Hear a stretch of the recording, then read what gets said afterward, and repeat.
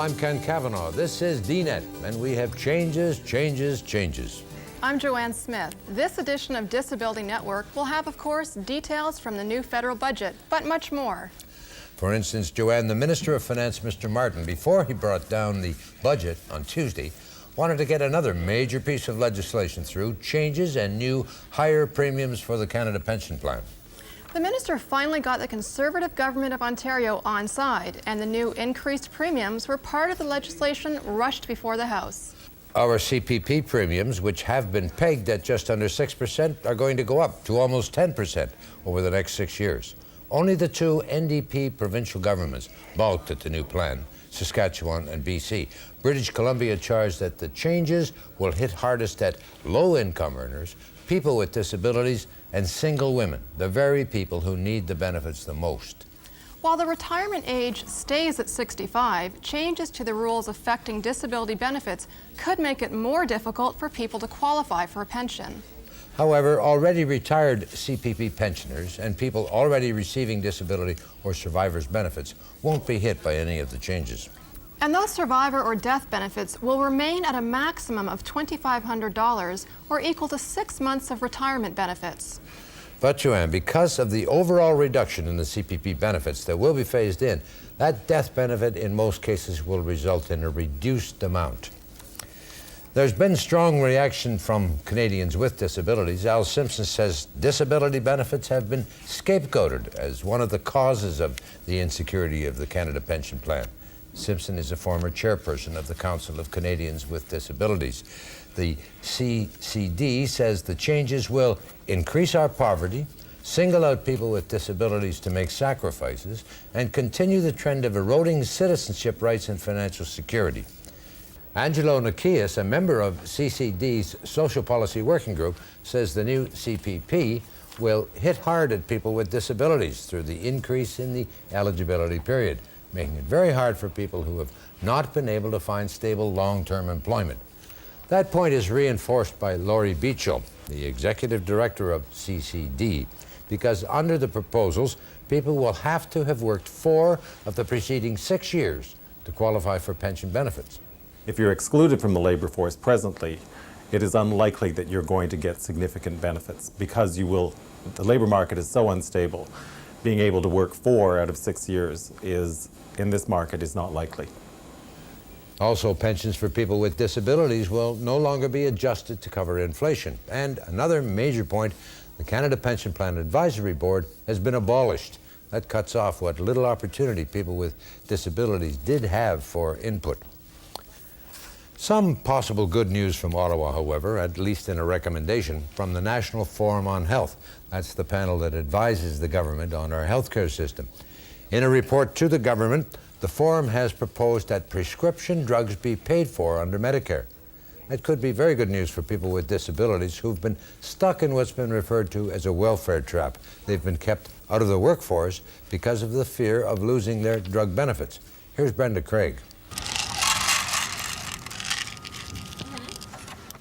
The cost of prescription drugs has been going up and up in this country, and going up so fast that the time has come for Canada to join other industrialized countries, according to Health Forum members, and establish a national drug plan. And it's the fastest growing component of healthcare delivery at this time, virtually doubling in the last 20 years, and now just about equaling the cost of doctors in this country. Last year, Canadians spent a minimum of $4 billion on prescription drugs. For 90% of Canadians, those costs are covered, either by private plans or one of the various provincial drug plans. A national drug plan would take in the remaining 10%, people like Steve Sakaris and his employees. They should be covered. They should be covered. Dr. Joel Lexton says that would finally mean universal access. If you think about it, then it's pretty logical. If you're going to pay for people to see the doctor, but then once seeing the doctor, they can't get the prescription. What's the point? You've probably wasted the payment that you're making for physicians. Don't move your head. Instead, a national plan could replace a fragmented collection of provincial and private plans. When you have a fragmented funding system with public budgets, private budgets, out-of-pocket payments, nobody ultimately in charge of the whole thing, you've got a tremendous difficulty in trying to contain and manage overall costs. The same idea was first suggested by Emmett Hall, one of the founders of the Canadian Medicare system in 1962. It didn't happen then, and it may not happen now. The provinces are not here, they're not part of it, and so I think that we're a long way from implementation. I heard the word control over and over again. We're going to control the cost. What that means to Canadians is they're going to control the exact medication that you take, they're going to control the price. I don't think we're ready for control of that kind in Canada. Health Forum members predict a national drug plan would not mean adding a lot more money to the system. Instead, it would mean restructuring of current expenditures. It would likely, however, require the cooperation of all the provinces, something that is easier said than done in this country. Brenda Craig, CBC News, Toronto. The Federal Minister of Health has said that he supports a public system, one that would pay not only for prescribed medications, but for home care as well. Also from Ottawa, word that the RAP is back. That's the RAP, R-R-A-P, as in the Residential Rehabilitation Assistance Program. The program provides assistance to people with disabilities who require modifications to their homes to improve accessibility. Since last year, RAP has been in limbo, but the Federal Public Works Minister, Deanne Marlowe, has announced an extension of the program. The assistance is provided in the form of a loan, part of which may not have to be repaid. There are galleries across the country that support and encourage visual artists with disabilities. One of them has just opened an exhibition, appropriately at this Valentine time of the year, called Straight from the Heart. Located in Toronto, the Creative Spirit Arts Centre is showcasing works by artists with disabilities. It's a not-for-profit gallery, also serving as a studio where artists can work. And as Ellen Anderson explains, there's an additional benefit to the exhibition. Well, our artists are considered to be outsider artists because they're not always considered to be part of our society. Anytime anyone gets a disability, they're sort of shoved to the edges and they're not always allowed to participate. And so this is really an event to bring them back into the community and to be part of the creative community as well. No one's really, cottoned on to her and she doesn't. The exhibit will last for 2 more weeks. Those interested in purchasing the art can place a written bid. All proceeds will go to the support of the gallery. Also last week, the Supreme Court of Canada released its reasons for decision in the Emily Eaton case. She's the young student from Brantford, Ontario, who was denied access to a regular classroom because of her disability. Last year's ruling implied that integration is not a right under the Charter. In its reasons, the court rejected the idea of an inclusion as a presumption, but it did acknowledge inclusion is the norm and attempts should be made to accommodate children who have a disability. Groups representing people with disabilities say that judgment is not a complete disappointment. Jack Pierpoint of the Centre for Integrated Education and Community states that the apparent victory of a school board over a family is thin, and the court's statements concerning inclusion and accommodation are a huge victory for kids with disabilities. And a final news note from the United States. The Walt Disney Company has agreed to provide a service in response to complaints from people who are deaf. The U.S. Department of Justice had brought a suit to enforce the 1990 law barring discrimination against people with disabilities. In all fairness, Disney had already been providing some of the services, but sign language interpreters and captioning systems at various displays now will be increased. And that's our roundup. When we come back, this week's federal budget and what it means for people with disabilities. This is the Disability Network.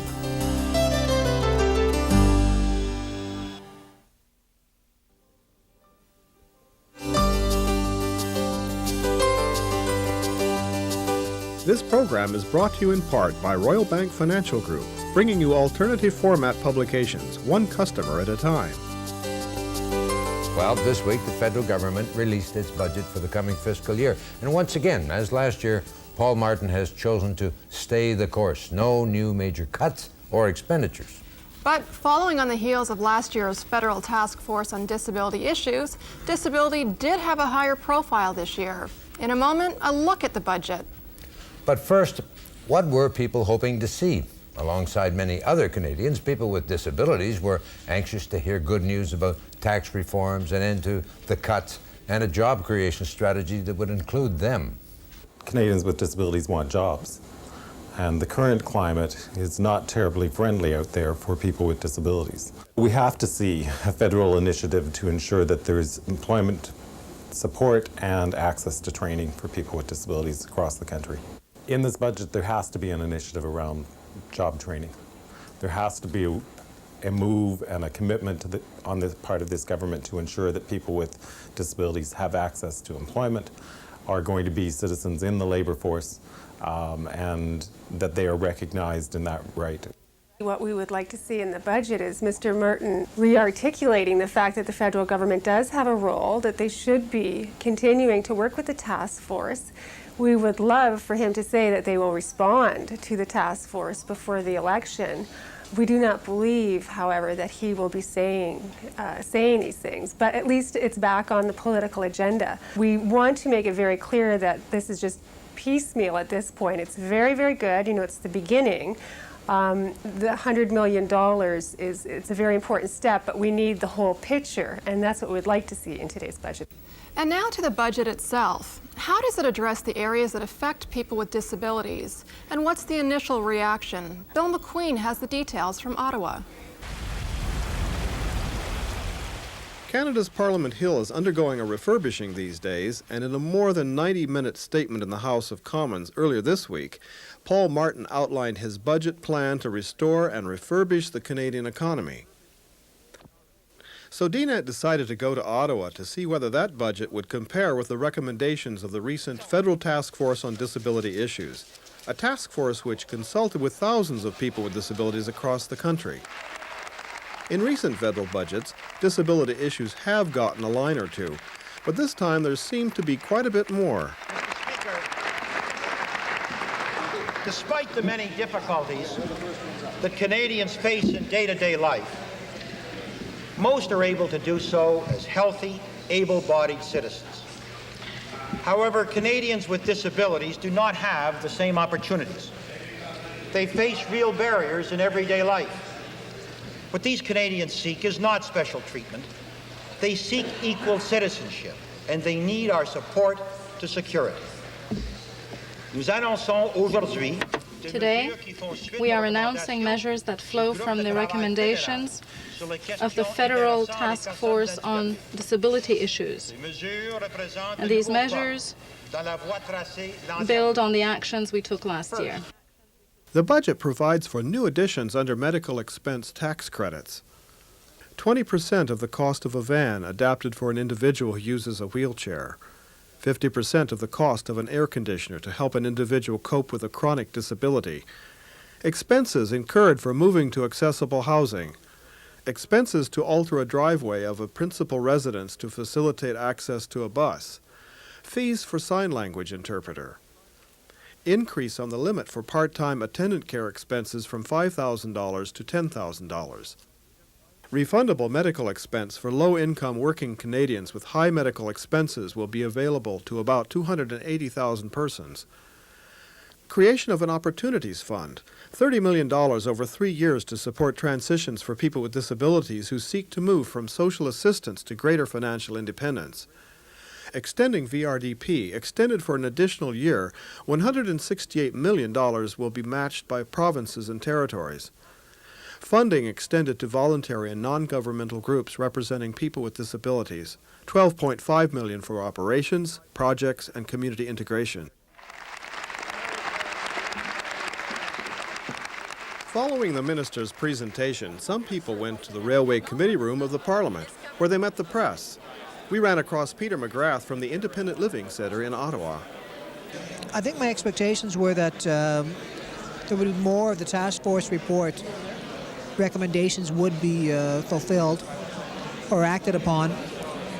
I think what I got and what the people with disabilities in Canada got was a budget that addressed the needs of those people with disabilities who have jobs or who have money. And this is done through the tax credits. They've given a number of tax credits to people. But the Opportunity Fund, that $30 million that they have to enhance job opportunities for disabled people in this country,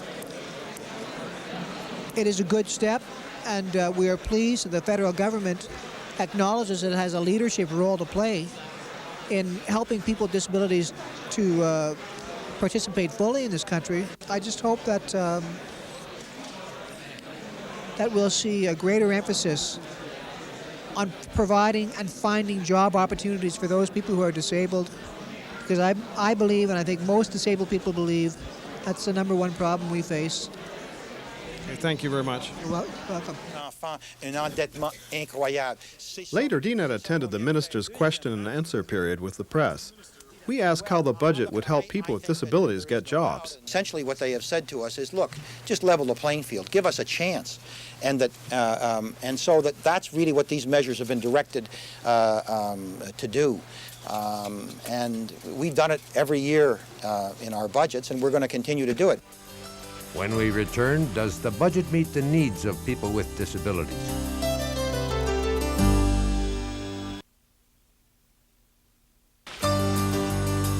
Later that evening, we had a panel discussion with Laurie Beachell, the executive officer with the Council of Canadians with Disabilities, Tracy Walters, an observer with the task force, and Tony Dolan from PEI, vice chairperson of the Council of Canadians with Disabilities. Laurie, tell me, what was your reaction to Paul Martin's budget? Well, I think it is good news. Certainly on the tax side, there's some modest improvements for those people who have a taxable income in the tax system to offset some of their additional costs, both in attendant care, medical expense credit, etc. So I think it's a positive initiative there. The tax system, however, we have to remember, is a pretty blunt instrument, and it is a difficult instrument to use to really address the disadvantage that people with disabilities face in removing barriers that prevent their participation in our society. So while we're supportive of Mr. Martin's initiative on tax, the piece we were really looking for were related to labor market access, etc. It's a good initial response to the task force. As long as it's not the only response, I think we're hopeful. At least they're recognizing the voice of Canadians with disabilities and our collective voice in supporting our organizations.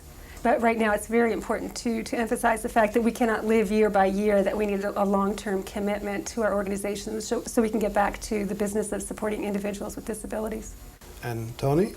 Well, there's some good things in that budget, and it's good positive things. We're still, by disabled people, we're still not having the access to the labour market that we thought we would have. In that Opportunities Fund, that $30 million Opportunities Fund, it's $15 million short of what was in the recommendation in the task force. We still need access to the labour market. Disabled people are in growing numbers still unemployed and not having any access to both training. With the devolution especially of employment programs to the provinces, we still need a federal initiative that's geared towards disabled persons. And Laurie, what do you think of the necessary components for inclusion of people with disabilities in the labor market? A targeted initiative delivered by the federal government. Disabled Canadians want jobs. Disabled Canadians can work. And people with disabilities in the labor market benefits everyone. I think addressing the tax side and offsetting additional costs without addressing the labor market access means relegating people with disabilities to social assistance, and that's totally unacceptable. So what we want is access to the labor market. And Tracy, as an observer with the Federal Task Force on Disability Issues, how would you compare the recommendations of that report with the outcome of the federal budget this year? Well, today was the, I guess, the first step. I mean, I think we've only addressed 2 of the recommendations, but we have to keep in mind there were 52 recommendations and a call for a pan-Canadian approach to disability. And right now, federal and provincial discussions are taking place without disability on the agenda. So we also asked for citizenship pieces, legislative pieces, the Canadians with Disabilities Act, and a number of recommendations, and we need the whole package that will enable people to fully participate in today's society. Tracy, can you elaborate a bit more about what you mean by a pan-Canadian approach? Actually, people with disabilities across the country really wanted standards. I mean, we need a consistent approach and consistent services for people with disabilities. A pan-Canadian approach is where all the provinces and the feds have to agree at one time. It's actually very difficult, as you can tell in today's society, to get everybody to agree on one specific issue. So it's not exactly what we wanted, but it's what we got, and we need to move forward with this approach as soon as possible before any more agreements or discussions take place without disability on the agenda. There has been some move today in today's budget, but there's still a long way to go. We know there's going to be an election this year. We know that disabled people have the ability to organise and get out and vote. And if they don't feel, as our organisations can get together, if they don't feel that there's enough commitment in there, they will vote, and they will vote for change, and they will vote to change things from the way they are. Today in the budget we heard a second commitment, but it must not be considered by this government as the final commitment, that we're watching and we're monitoring and we're anxiously awaiting the full response. We'd also like to hear your report card on this year's budget. Do you think it passes with flying colors, or do you think it fails miserably? How will it affect you? Write to us. Our address is coming up at the end of the program. If you're hooked up to the internet, you can find out more about the budget by dialing into www.fin.gc.ca. And for more CCD reaction, contact www.pcs.mb.ca/CCD.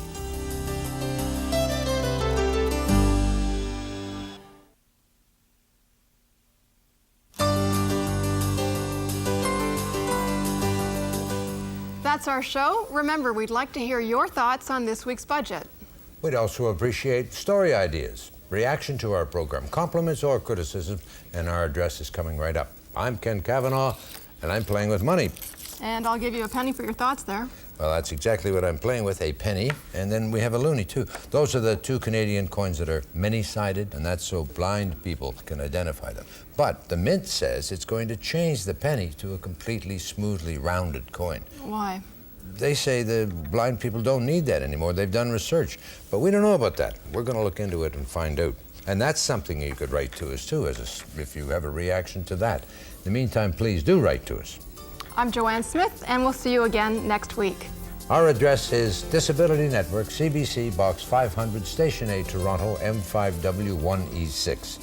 That's Disability Network, CBC, Box 500, Station A, Toronto, M5W1E6. And you can fax us at 416-205-3399. This program is brought to you in part by Royal Bank Financial Group, bringing you alternative format publications.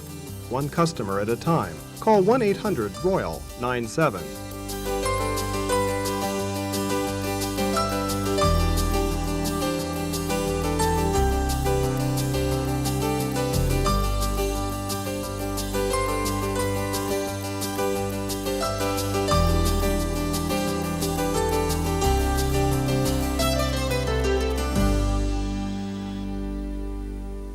I have no intentions of leaving this town until you pay me my wages. You're awfully confident. Actually, I'm shaking like a leaf. What the hell are you doing now? We're learning table manners. Why don't you leave the ranching to me, Miss Makepeace? Promise the Moon, Sunday.